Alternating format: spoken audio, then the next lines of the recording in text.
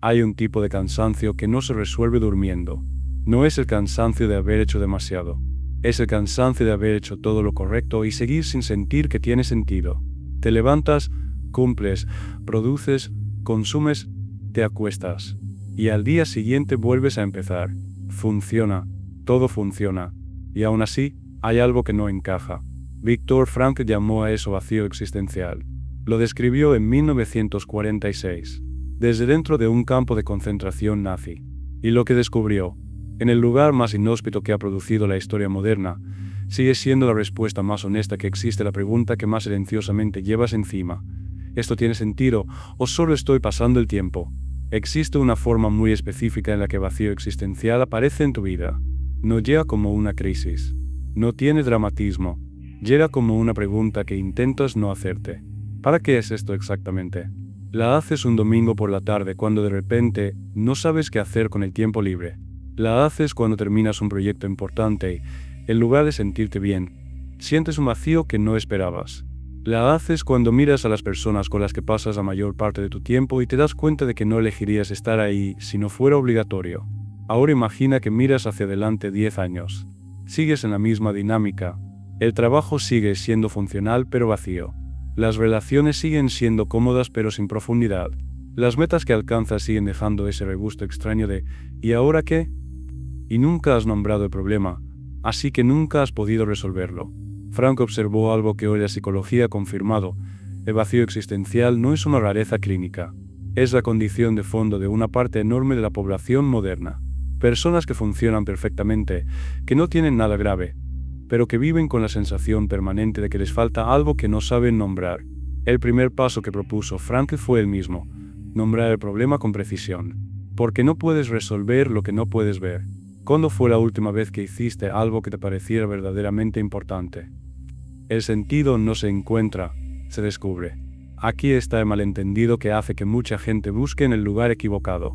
Creen que el sentido es algo que existe en algún sitio y hay que ir a buscarlo. Como si pudieras hacer un retiro espiritual, leer los libros correctos o tomar la decisión correcta y de repente sentido apareciera. Y si todavía no lo has encontrado, es porque no has mirado suficientemente bien, o no has viajado al lugar correcto, o no eres suficientemente valiente para dejar tu trabajo. Frank propuso exactamente lo contrario. El sentido no se busca, se descubre, y se descubre en el contacto con la realidad concreta de tu vida, no en una versión alternativa que imaginas. En el trabajo que tienes ahora, en las relaciones que tienes ahora, en el sufrimiento que estás viviendo ahora. Y si el problema no fuera que tu vida carece de sentido, y si el problema fuera que nunca te has detenido a descubrir cuál es, para entender cómo Frankl llegó a eso, hay que entender dónde lo descubrió. Viktor Frankl era psiquiatra en Viena cuando los nazis llegaron al poder. Tenía 37 años. Era uno de los especialistas más prometedores de su generación. Llevaba años desarrollando lo que llamaría logoterapia, una forma de psicoterapia centrada no en el pasado del paciente, sino en el sentido que encuentra en su vida. Tenía un manuscrito terminado. Tenía una carrera. Tenía una familia. En 1942 fue deportado. Pasó 3 años en 4 campos de concentración distintos, incluido Auschwitz. Perdió a su mujer, a su madre y a su hermano. Le quitaron el manuscrito.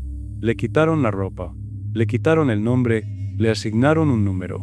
Y en ese contexto de destrucción sistemática de todo lo que hace humana a una persona, Frank observó algo que cambiaría la psicología del siglo XX. Algunos prisioneros sobrevivían no porque fueran físicamente más fuertes. Sobrevivían porque tenían un porqué, una razón para seguir, algo que les daba un sentido mínimo pero real a cada día. Y los que perdían esa razón, que no era lo mismo que perder la esperanza, era algo más profundo, se deterioraban de una forma que la medicina no explicaba. Frank salió de los campos en 1945. En 9 días escribió de memoria el libro que le habían confiscado. El hombre en busca de sentido.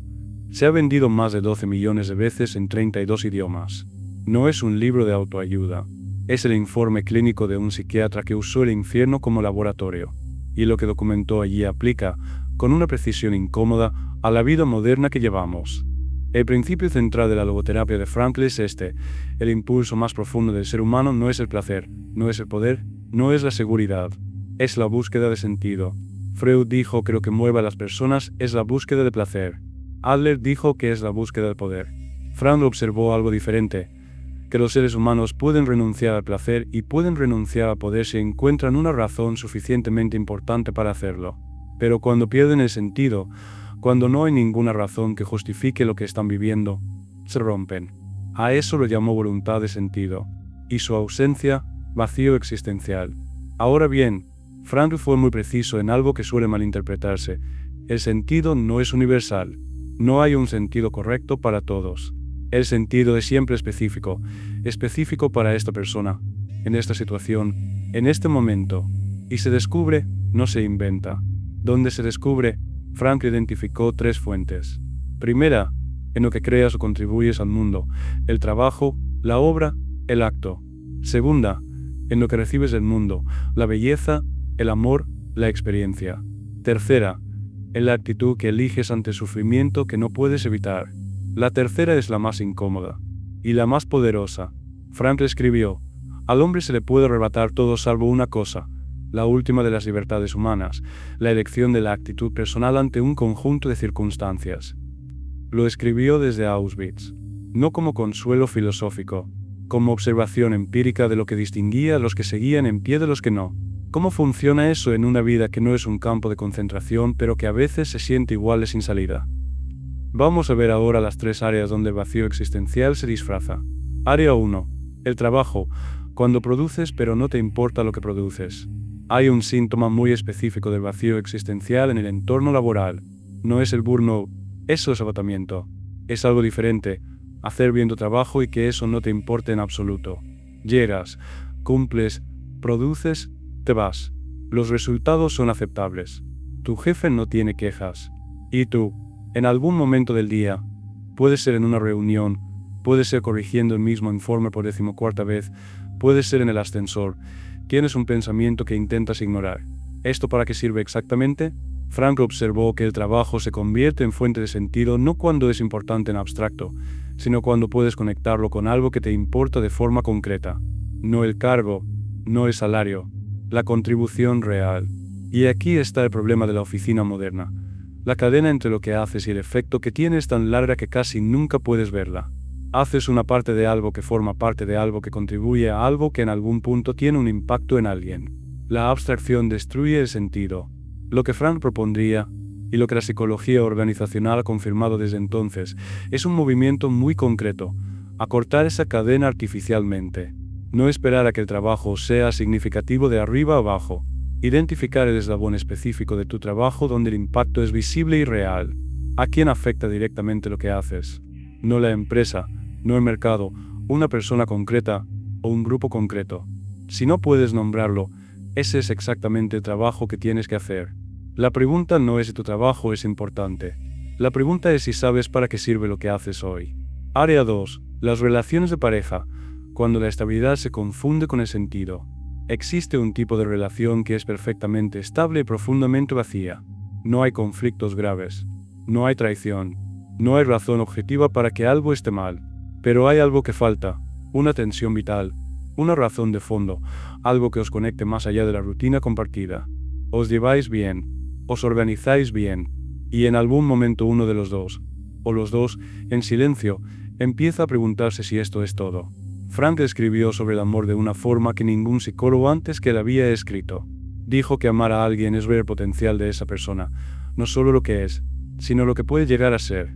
Y que esa visión, cuando es genuina, hace que la persona amada quiera convertirse en lo que el otro ya ve en ella. Eso no es romanticismo. Es una descripción funcional de lo que hace que una relación genere sentido en lugar de consumirlo. El problema de la relación de pareja moderna es que con frecuencia se construye sobre la comodidad, sobre lo que encaja, lo que es compatible, lo que funciona logísticamente. Y la comodidad es necesaria, pero no es suficiente para el sentido. La comodidad sostiene, el sentido impulsa.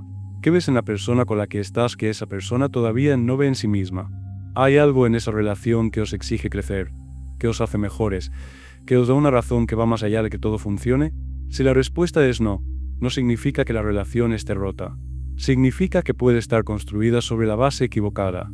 Y eso, a diferencia de la traición o el conflicto, es algo que se puede trabajar, si lo nombras antes de que el vacío se convierta en distancia. Área 3. Las expectativas sociales. Vivir una vida que tiene sentido para los demás.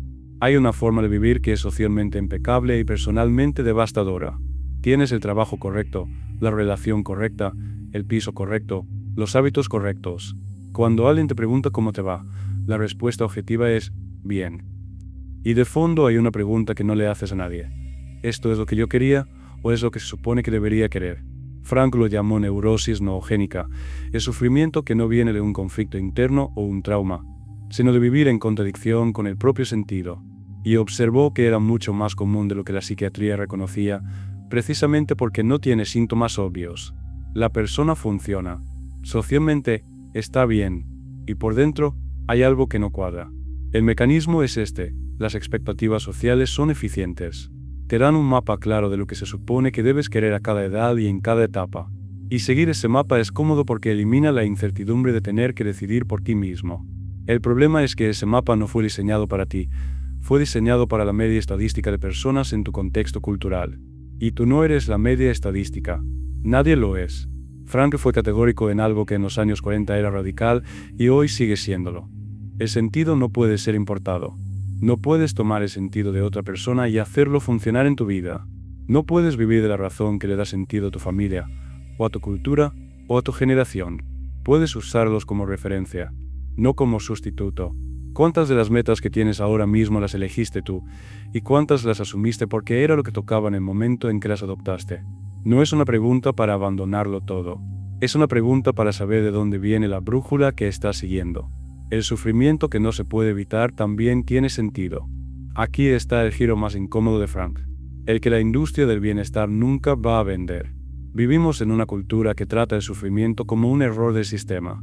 Algo que hay que eliminar, optimizar, reducir a cero. Y si no puedes eliminarlo, hay algo que estás haciendo mal.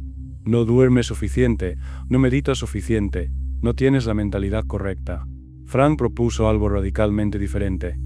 Que hay un tipo de sufrimiento que no se puede evitar, y que intentar evitarlo no solo no funciona, te quita lo único que el sufrimiento puede darte.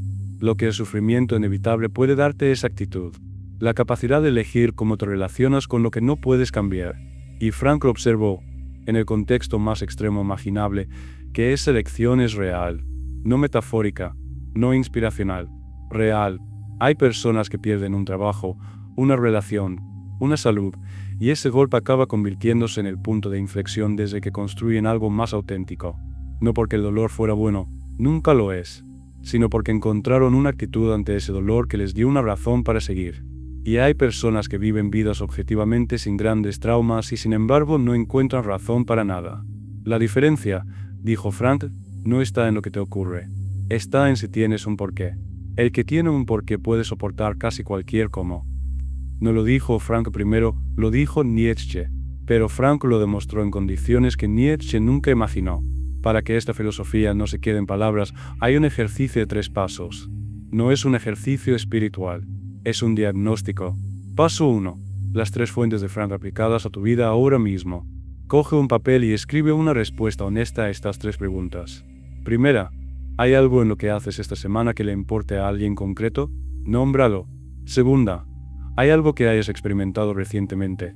Una conversación, un momento, algo que hayas visto o leído, que te haya hecho sentir que vale la pena estar aquí.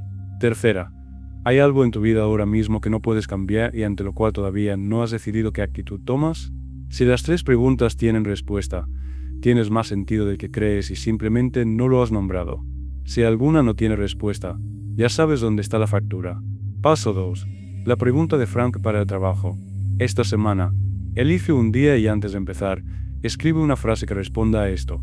¿A quién le cambia algo lo que voy a hacer hoy?